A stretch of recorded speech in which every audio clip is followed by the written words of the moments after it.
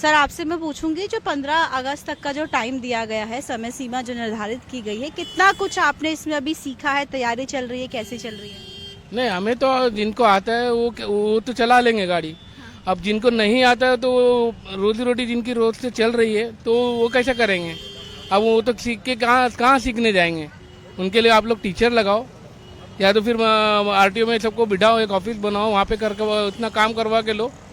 सब जितने जिनको आता है वो करेंगे। पैसेंजर का क्या करें? पैसेंजर को जब तो हिंदी से ही बात करते ज़्यादा, पैसेंजर को मराठी नहीं आती तो वो क्या करेगा? वो कहाँ जाएगा? मेन तो पैसेंजर का मुद्दा है ना। मराठी भाषेची जी सक्ती होती ऑटो चालक आणि टॅक्सी चालकांना, ती 15 ऑगस्ट पर्यंत वाढवण्यात आली. आता त्याच्यावर ना काही ठिकाणी पत्रकार अशा लोकांची बाईट घेतात की तिथे ते लोक सांगतात, विचार करा ना, 3.5 महिन्याचा वेळ दिलेला आहे. मला काय वाटतं की इथे ना रिक्षा ड्रायव्हर आणि टॅक्सी ड्रायव्हर आहे जे परप्रांतीय आहे, 3.5 महिन्यामध्ये हा पुरेसा वेळ आहे का? तुम्हाला कुठला मराठीमध्ये निबंध लिहायचा नाही, मराठी साहित्य संमेलनमध्ये तुम्हाला काय भाषण द्यायचं नाही, किमान मराठी बोलायचं आहे. फक्त प्रवाशाबरोबर फक्त तुम्हाला कुठे जायचं आहे, भाडं किती झालं, इथपर्यंत पोहोचल्यानंतर किती भाडं झालं हे विचारायचं आहे.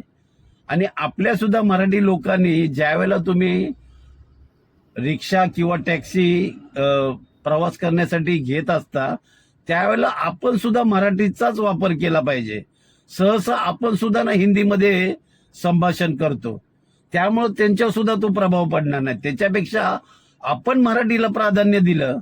आता माझ्याच व्हिडिओच्या कमेंटमध्ये कित्येक मराठी लोक आहेत हे इंग्लिशमध्ये टाईप करतात. राग येऊ देऊ नका, आपण मराठी तर मराठीतच टाईप केलं पाहिजे ना जे पण काही कमेंट असतील ते. पण काय लोक ना इंग्लिशमध्ये पूर्ण भला मोठा निबंध त्या माझ्या कमेंट बॉक्समध्ये असतो. त्याच्यापेक्षा त्यांना दोषी देण्यापेक्षा आपण मराठीची सक्ती आपण स्वतः केली पाहिजे. मग दुकान असो, शॉप असो, मॉल असो,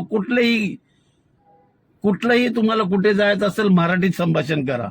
इव्हन तिकीट काढायचं असेल, स्टेशन असो, कुठल्याही गोष्टीमध्ये मराठी सक्ती आपण स्वतः करा, ठेवा.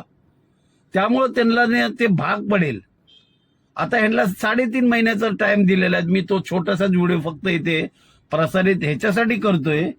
त्याच व्हिडिओला एकाने कमेंट केली की ह्यांच्यामध्ये काय हलकट लोक आहेत की मराठीची सक्ती केली म्हणतो मेरे रिक्षा, म्हणजे माझ्या रिक्षात जर कोणी विचारलं आणि मला मराठी कोण जर बोललं तर मैं उसको नानी याद दिलाऊंगा.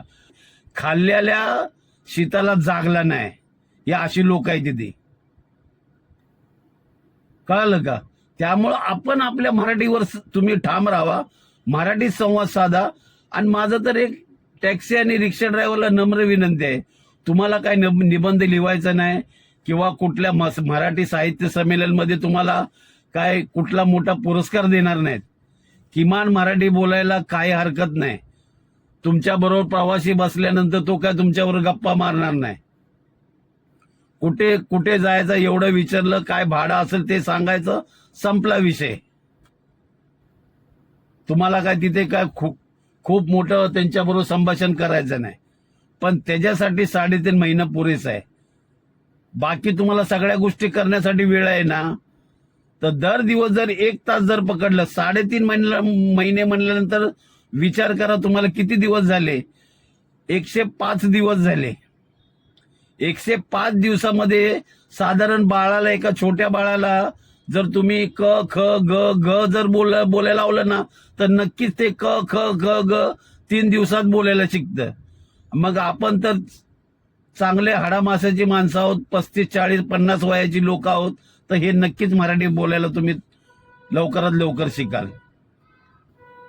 पण मनापासून ठेवा, हितून मराठीचा मान, अभिमान आणि शान ही जर ठेवली तर नक्कीच मराठी लवकर बोलायला तुम्ही शिकणार. तुम्हाला काय वाटतं ह्या व्हिडिओबद्दल नक्की कमेंटमध्ये सांगा.